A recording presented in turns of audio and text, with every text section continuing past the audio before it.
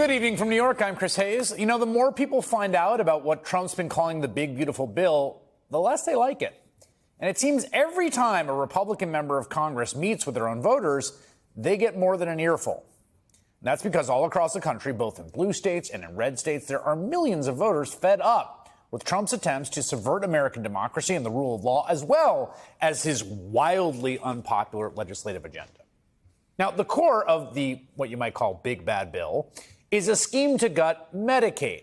The actual bill, plus Republicans refusing to renew expiring tax credits, could kick nearly 14 million people off their health insurance, according to the nonpartisan Congressional Budget Office, currently run by a Republican appointee that the Republicans have been slagging, of course. Now, all of that would pay for tax cuts for the very wealthy and big corporations. And don't forget, people inheriting estates of $20 million. Important they get one, too.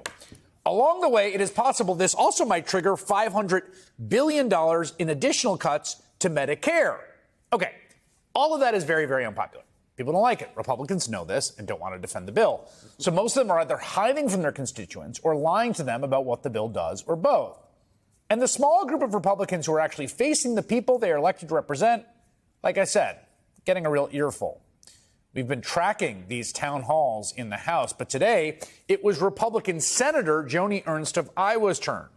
She faced her constituents at a town hall she held at 7:30 in the morning. So when we're talking about the corrections in this reconciliation bill, again, it's corrections of overpayments and people that have not been eligible for these programs by law as it is currently written. So when you are arguing about illegals that are receiving Medicaid benefits, 1.4 million, 1.4, they are not eligible, so they will be coming off. So people are not, well, we all are going to die. So for heaven's sakes, folks, okay, no, but what you don't want to do is listen to me when I say that we are going to focus on those that are most vulnerable. Those that meet the eligibility requirements for Medicaid, we will protect. We will protect them. Just to be clear, there's like 10 million plus American citizens that are going to be kicked off Medicaid, according to the CBO's own estimates, again, run by a Republican currently. Now, I suppose the best thing that can be said about that response from Joni Ernst, we're all going to die, is that it is, I suppose, a refreshingly honest articulation of what I would say is a kind of a core Republican ethos, at least when it comes to policymaking for the poor and vulnerable. It's an ethos we have seen time and time again, particularly remember during the COVID pandemic, you saw a fair amount of Republican members at the time saying, you know, we're all going to die. As you might expect, reception for the senator's answer has not been glowing. It immediately made headlines both locally in Iowa and across the nation. Democratic Senator Elizabeth Warren of Massachusetts tagged Ernst's words as the Republicans' new pitch for their bill, while Senator Tina Smith of Minnesota quipped, quote, "I thought my job as senator was to try to keep my constituents alive." Having said all that, this is a 1,000-page bill.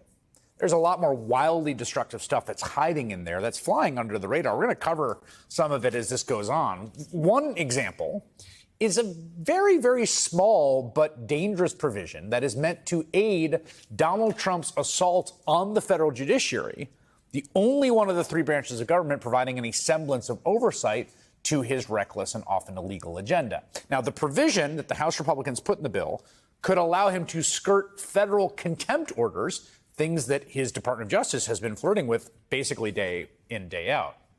This week, voters tried to make Republican Congressman Mike Flood of Nebraska answer for that. I do not agree with that section that was added to that bill. This provision was unknown to me when I voted for the bill. This morning, Senator Ernst was also made to answer for it.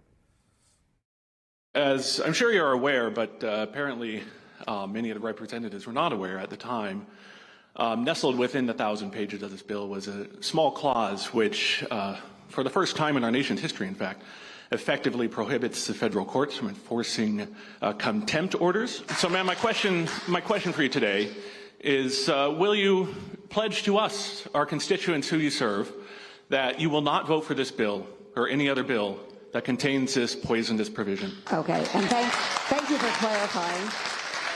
So one thing that I will explain, because we have a lot of subject matter experts here in the room, is that the House has written one version of a bill. The Senate is taking up our own version of the bill. The two will be married together at some point. There is a rule called the Byrd Rule. Silence. So the Byrd Rule states that anything that goes into our package in the Senate, it can't be policy. It can't be policy. It has to be focused on mandatory spending. I don't know anything about that provision that talks about mandatory spending or revenues. Now, I just got to say something real quick in that I think a little condescending lecture to our own constituents. The Byrd Rule is enforced by the Senate parliamentarian who the Senate Republican majority just completely overrode last week to take out California's electric car vehicle regulations. There's no reason to think they're going to listen to the parliamentarian this time.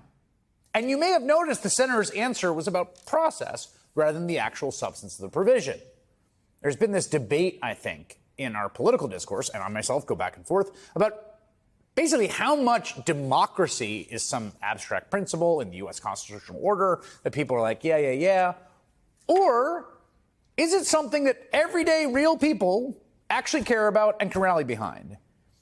And here's the thing I want to leave you with. There are people who got up this morning at the crack of dawn in red Iowa, state with Republican representation, went for Trump, to go talk to their senator, doing everything they can as informed citizens because they do believe in this country's constitutional order and they are trying to protect it. And I think there are more of them than Republicans are betting on.